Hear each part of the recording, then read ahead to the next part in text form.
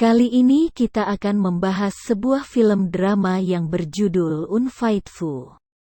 Film ini menceritakan tentang sebuah perselingkuhan yang dilakukan oleh seorang wanita dengan seorang pria yang lebih muda darinya. Wanita ini sebenarnya sudah menikah dan memiliki seorang putra, serta memiliki kehidupan keluarga yang harmonis. Nah, teman-teman, sebelum kita lanjutkan lagi, jangan lupa like untuk berbelanja persiapan ulang tahun Charlie yang ke-9. Saat itu cuaca sangatlah buruk, dengan hembusan angin yang sangat kencang. Ketika hendak pulang dan mencari taksi, Connie tak sengaja bertabrakan dengan seorang pemuda yang juga terlihat sedang sibuk membawa banyak buku. Mereka bertabrakan, yang membuat Connie mengalami cedera di lututnya. Si pemuda, yang bernama Paul, mencoba menawarkan Connie untuk mampir di apartemennya yang berada tidak jauh dari situ. Connie yang tidak juga mendapatkan taksi, akhirnya menerima tawaran Paul untuk sekedar mengobati luka di lututnya tersebut. Mereka pun berkenalan, Connie, dan sang suami yang bernama Edward, dan sang anak yang bernama Charlie. Mereka hidup di sebuah rumah mewah yang berada di daerah pinggiran sebuah kota. Sang suami, si Edward, adalah seorang pengusaha yang cukup sukses di kota tersebut.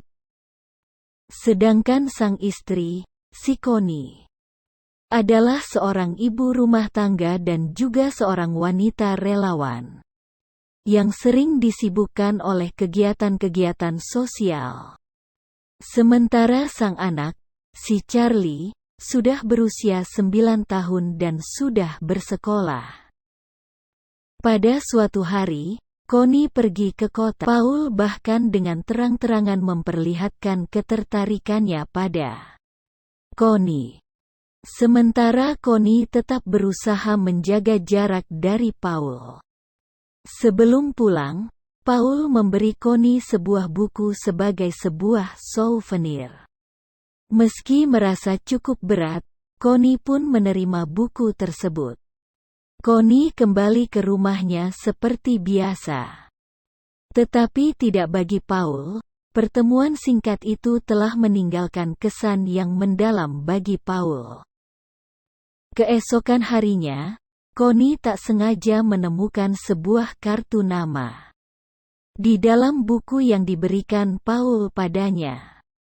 Merasa belum sempat mengucapkan terima kasih, Connie mencoba menghubungi Paul melalui sebuah telepon umum.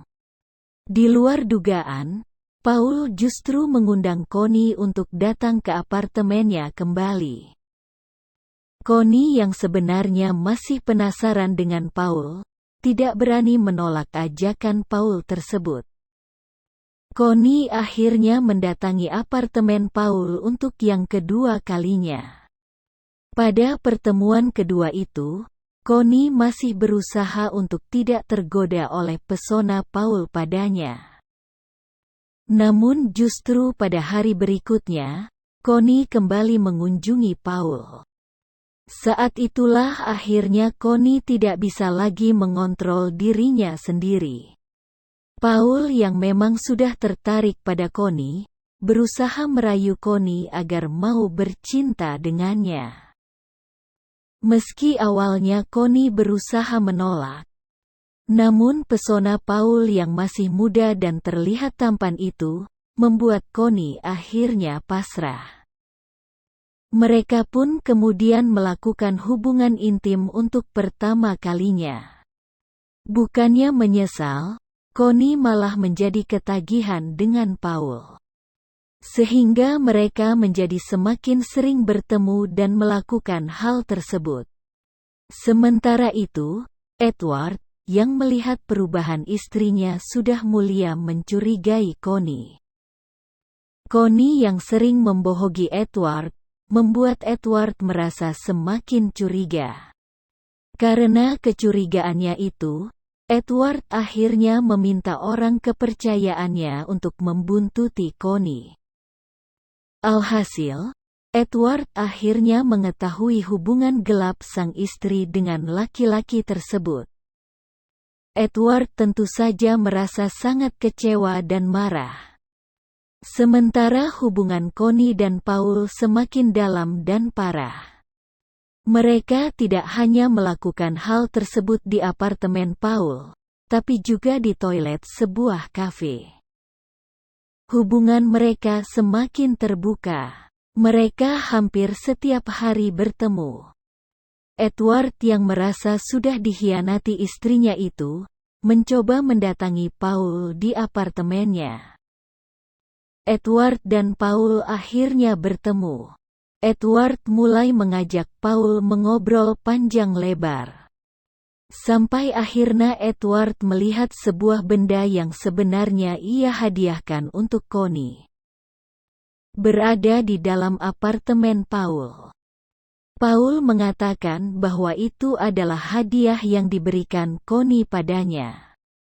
Edward semakin terpukul mengetahui hal tersebut.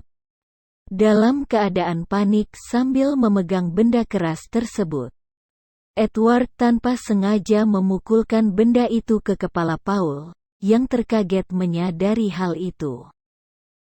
Edward memukulkan benda itu berkali-kali di kepala Paul. Darah pun mulai bercucuran dari kepala Paul.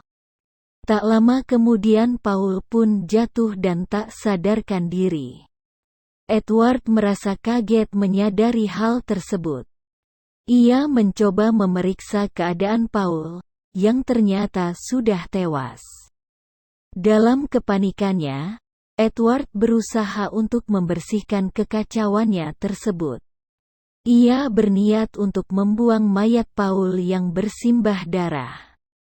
Saat ia hendak menarik mayat Paul, tiba-tiba Connie menelpon ke telepon milik Paul. Telepon tersebut dijawab oleh mesin penjawab.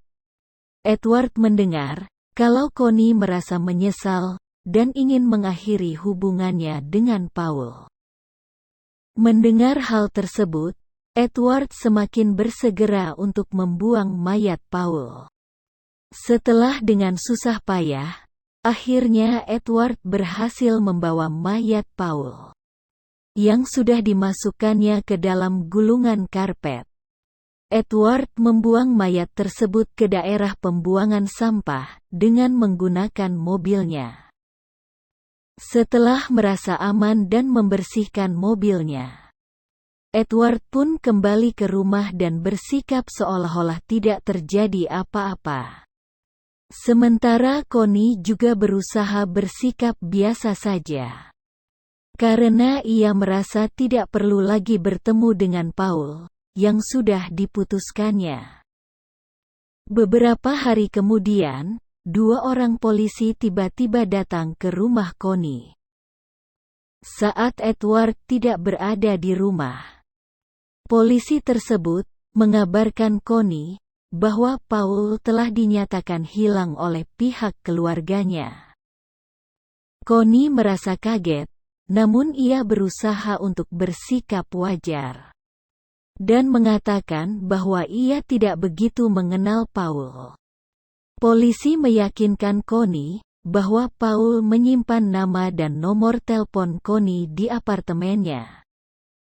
Karena itulah polisi mendatangi Connie. Connie berhasil meyakinkan polisi kalau ia memang tidak mengenal Paul. Beberapa hari kemudian, mayat Paul akhirnya ditemukan di tempat pembuangan sampah. Pihak polisi kembali mendatangi rumah Connie dan Edward. Mereka mengabarkan tentang kematian Paul dan menanyakan beberapa hal pada Connie. Connie terus mengakui kalau ia tidak begitu mengenali Paul. Edward pun turut membantu Connie menjawab pertanyaan polisi tersebut. Para polisi itu pun akhirnya pergi, setelah cukup yakin kalau Connie tidak terlibat dengan kematian Paul. Connie tentu saja diam-diam merasa bersedih akan kematian Paul. Hingga suatu saat, Connie tak sengaja menemukan foto-fotonya bersama Paul yang ia dapatkan di dalam saku jaket milik Edward. Hal itu tentu saja membuat Connie merasa kaget. Karena itu artinya, Edward sebenarnya sudah tahu tentang hubungannya dengan Paul. Connie justru merasa curiga kalau Edward lah yang sebenarnya telah membunuh Paul. Apalagi Connie akhirnya melihat benda yang telah ia berikan pada Paul. Kini kembali berada di rumahnya. Connie mendesak Edward untuk mengakui hal tersebut. Edward pun mengakuinya, dan sekaligus menumpahkan kekesalannya karena Connie telah mengkhianatinya. Mereka pun bertengkar hebat. Hubungan keluarga mereka menjadi sangat tidak harmonis. Connie sangat menyesali perselingkuhannya dengan Paul, yang membuat sang suami menjadi seorang pembunuh. Mereka berdua sama-sama melakukan kesalahan. Connie menyadari hal itu. Ia pun kembali berbaikan dengan Edward. Edward bertekad untuk menyerahkan diri. Namun Connie segera mencegahnya. Mereka akhirnya sepakat untuk merahasiakan hal tersebut. Mereka bahkan berencana untuk pindah dari kota tersebut dan melupakan semuanya.